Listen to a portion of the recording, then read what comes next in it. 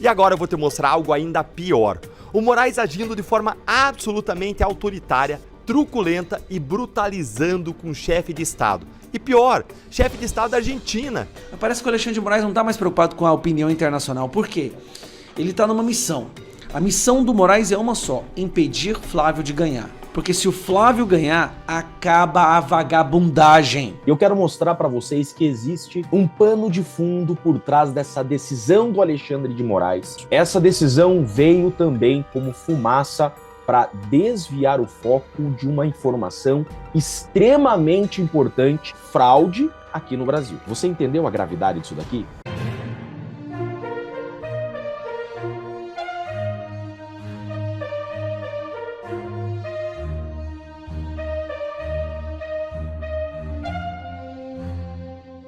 Jacques Wagner tentou vender terreno de 15 milhões de reais um dia após ser alvo da PF, mas cartório barrou. É isso mesmo, o senador petista Jacques Wagner tentou efetuar a venda de um terreno por 15,8 milhões de reais um dia depois de ter sido alvo de operação da Polícia Federal por suspeita de recebimento de propina do Banco Master. A transmissão de propriedade, porém, foi barrada pelo Cartório de Registro de Imóveis, que recebeu uma ordem de bloqueio de bens assinada pelo ministro do Supremo Tribunal Federal André Mendonça. Procurado, o senador disse, por meio de sua defesa, não haver irregularidades, mas, inicialmente, não explicou os detalhes do negócio.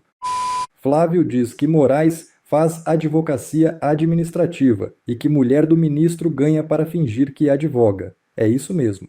O senador Flávio Bolsonaro, pré-candidato à presidência da República, afirmou neste sábado que o ministro Alexandre de Moraes, do STF, pratica advocacia administrativa e que a esposa do magistrado recebe dinheiro para fingir que está advogando. Por que a esposa dele recebe 129 milhões de reais para fingir que está advogando? Ele faz advocacia administrativa e não responde por isso, disse o pré-candidato em sua fala em Vitória. Na sequência do discurso deste sábado, Flávio voltou a atacar diretamente Moraes, a quem havia chamado de alguém que parece sem alma, e disse que ele parece o demônio usando uma pessoa para fazer mal para os outros, além de acusá-lo de rasgar a Constituição. Depois do que aconteceu ontem, eu já perdi as contas de quantas facadas o presidente Bolsonaro já levou, e ontem foi mais uma. O Alexandre de Moraes parece sem alma, parece o demônio usando uma pessoa para fazer mal para os outros, rasgando lei, rasgando a Constituição, afirmou. Imagina só por um minuto comigo aqui, você sendo Flávio Bolsonaro, para você entender o que ele está passando. Imagine você, um filho, não podendo visitar o seu pai é um prisioneiro político, censurado, que não pode usar rede social. Não pode sequer escrever uma carta. E você é formado em direito e é um advogado. É um advogado do seu pai que não pode visitá-lo. Imagina o que passa na cabeça de uma pessoa assim. E ainda por cima, está fazendo campanha para a presidência. Num governo que quer te destruir, que quer te prender, com o STF que quer destruir você e a sua família. Não deve ser fácil. Sinceramente, não deve ser fácil.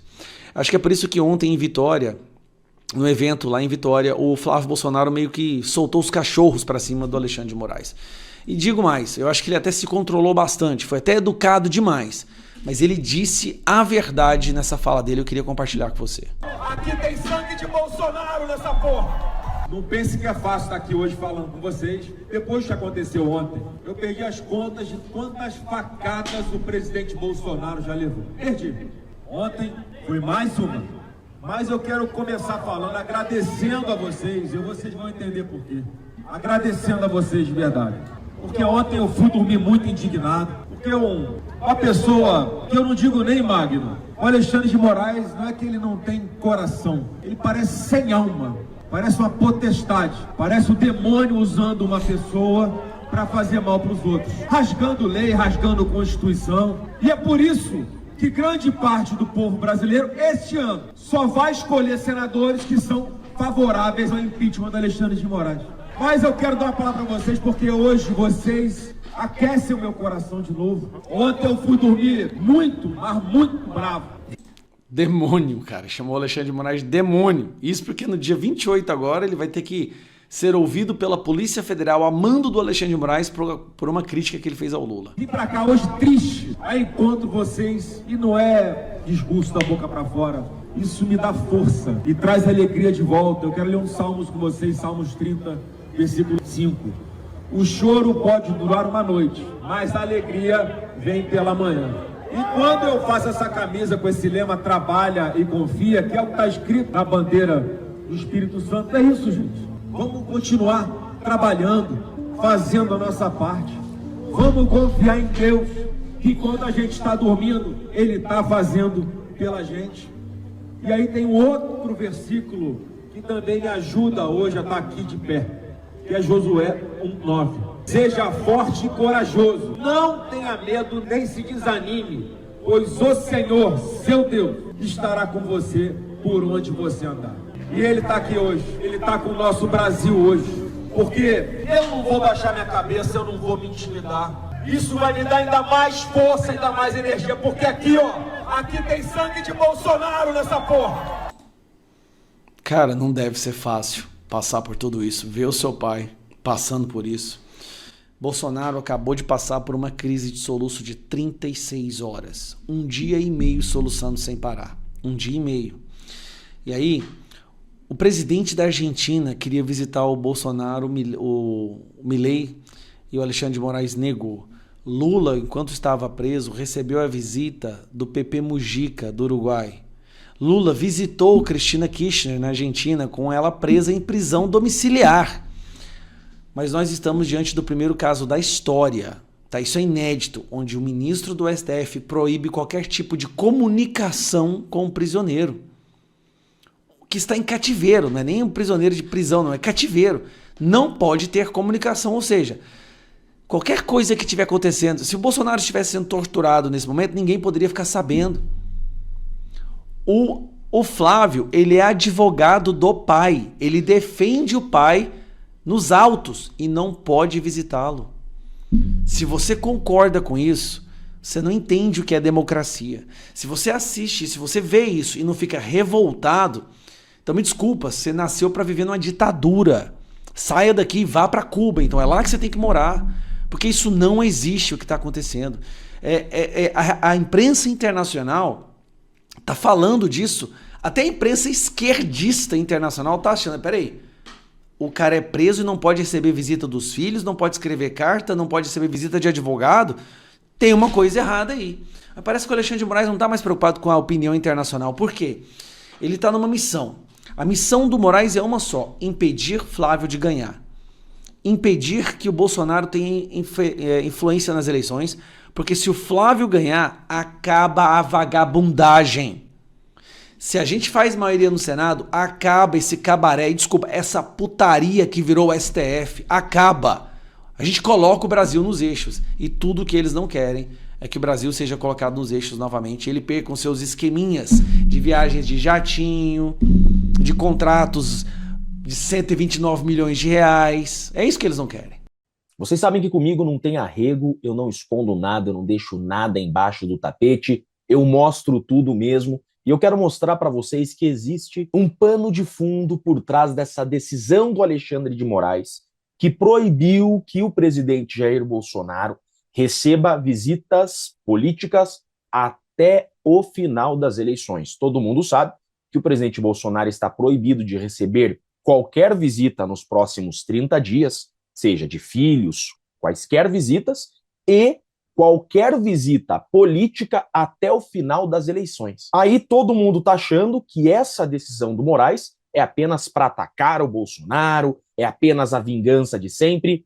É isso também, mas não é só isso. Essa decisão veio também como fumaça para desviar o foco de uma informação extremamente importante que tivemos essa semana do governo americano. Olhem só isso daqui é informação da CIA. Trump afirmou que o regime de Maduro fraudou as eleições na Venezuela. O presidente dos Estados Unidos mencionou o relatório da CIA, que indica a capacidade tecnológica da Venezuela de manipular, fraudar as eleições desde 2012. Aí você se pergunta, Chiquini, o que tem a ver as urnas eletrônicas da Venezuela, que todo mundo sempre desconfiou que essas urnas eletrônicas da Venezuela eram uma farsa, o que tem a ver a Venezuela com o Brasil? O que tem a ver as urnas fraudulentas da Venezuela com as eleições no Brasil? Esse é o ponto. Aqui está a cereja do bolo. A empresa envolvida nas fraudes nas eleições na Venezuela, segundo Donald Trump, segundo a CIA, é uma empresa de nome Smartmatic. Olha só o que tem por trás disso daqui. Essa empresa já atuou aqui no Brasil também. O próprio TSE já teve que se manifestar sobre essa empresa. Olha só, abro aspas. Entre 2012 e 2016, a Smartmatic participou de contratos com o TSE para serviços de apoio técnico e operacional com recrutamento e treinamento de equipes, testes funcionais, manutenção, limpeza, preparação de urnas e serviços de conexão de dados e voz. Mas, segundo o TSE, nunca houve fraude dessa empresa aqui no Brasil. Você entendeu a gravidade disso daqui?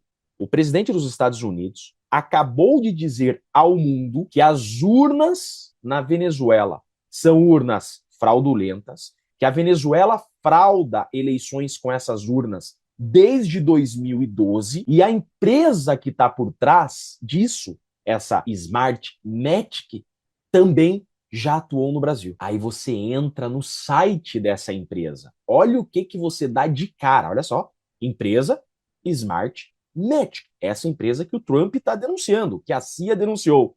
Olha só, de cara já. Smartmatic, com uma bandeira do Brasil no fundo, provê serviços de eleição no Brasil.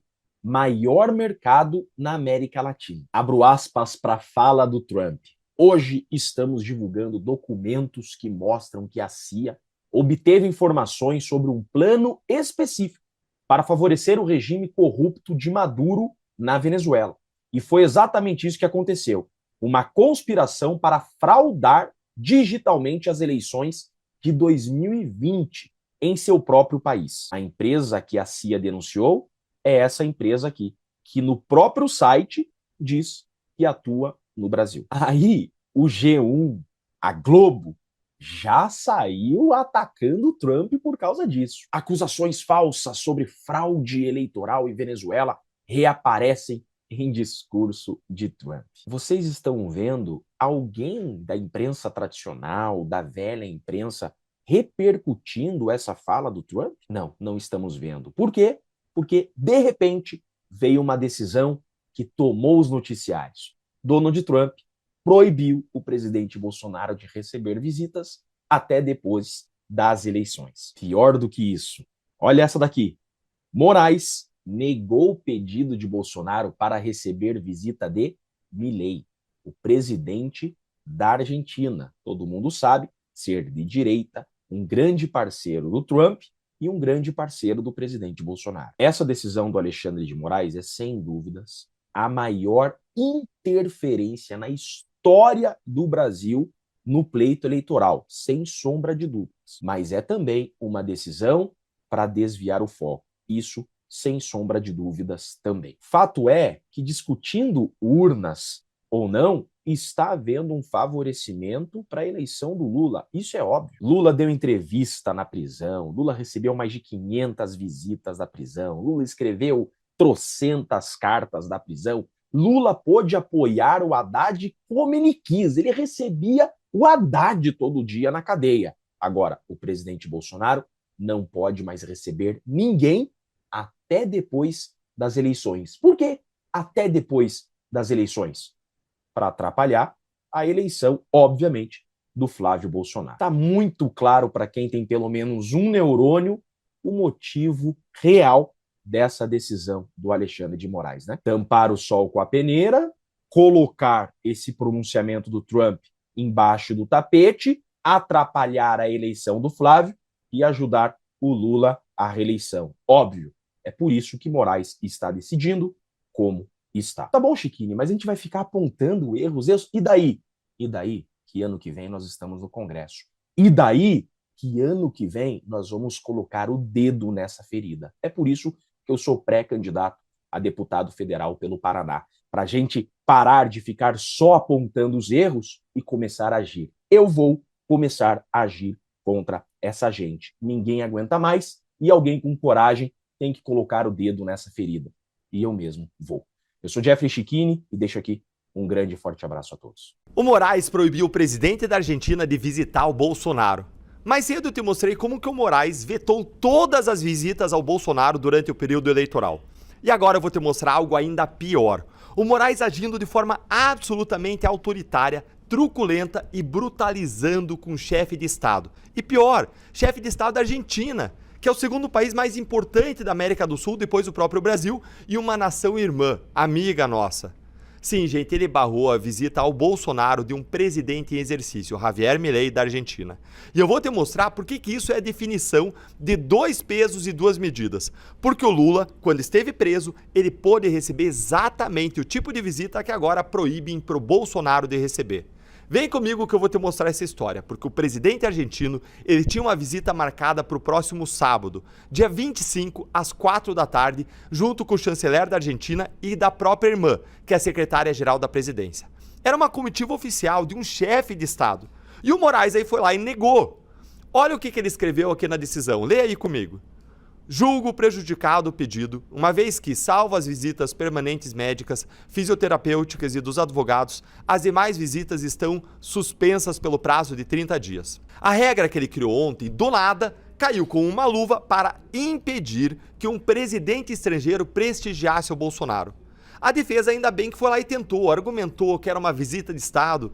Lê aqui o que os advogados alegaram. Afigura-se plenamente justificável que a autorização específica à hora requerida seja apreciada à luz das circunstâncias atualmente existentes. Só que não adiantou. Um presidente em exercício, com data e hora marcados, barrado na porta da casa do Bolsonaro.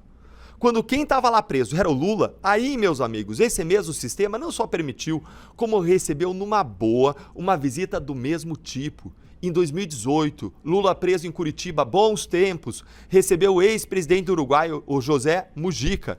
E não era uma visita sem cor política. Anos depois, o mesmo Mujica ele subiu no palanque com o Lula e teve também no ato de encerramento da campanha presidencial do Lula de 2022. Ou seja, a visita de um líder estrangeiro, que era um aliado político declarado, exatamente aquilo que o Moraes agora batiza de finalidade política eleitoral para proibir o Bolsonaro, funcionou, né? Mas aí foi liberada sem problema nenhum quando o beneficiado era o Lula. Então me responde aí, se a visita política de um líder estrangeiro a um preso valia no caso Lula, por que ficou proibida no caso Bolsonaro? O que mudou, hein? Não foi a lei. A lei é a mesma, meus amigos. Mudaram os personagens. E não é pouca coisa. Barrar na porta um presidente em exercício com a comitiva já montada é um vexame diplomático que o Brasil vai pagar caro lá fora. Tudo para evitar uma foto que incomoda o Moraes. Tudo para impedir o Milei de conhecer, entender o que está acontecendo e gritar para o mundo. Isso não é aplicar a lei, isso é escolher em quem a lei pega. Por amigo, porta aberta, tapete vermelho. Pro adversário, nem a visita de um chefe de Estado passa. Se você também acha que isso é 2 pesos e 2 medidas, deixa o like aí, se inscreve, que ajuda demais o canal a crescer e a nossa voz conjunta a chegar mais longe. E agora me conta aí, por que o que valeu pro Lula não vale pro Bolsonaro, hein? Conta aí pra mim, embora eu já desconfie qual é a sua resposta. Curte o vídeo, vem virar membro para apoiar o nosso trabalho. E eu falo aqui hoje diretamente de São Paulo, do Encontro Nacional do Novo, um time que luta por honestidade, competência, boa gestão e só espera você para estar lutando junto com a gente. Você pode fazer muito sozinho, mas um soldado não conquista uma cidade sozinho. A gente precisa de um exército, nos organizar. Por isso você é convidado para fazer parte do nosso time. Vou deixar o link para você se unir a nós aqui na descrição, nos comentários. A mim, Marcel Van Hatten, Sebastião Coelho, ao Eduardo Girão, a Ricardo Salles. E é um time de pessoas que querem mudar o Brasil. Contamos com você também. Grande abraço e até o próximo vídeo. Bom, pessoal, esse foi mais um vídeo. Eu espero que vocês tenham gostado. Se vocês gostaram, deixa o like aqui para fortalecer nosso canal. Logo eu volto trazendo mais informações da política para vocês. Um forte abraço, fiquem todos com Deus e até a próxima.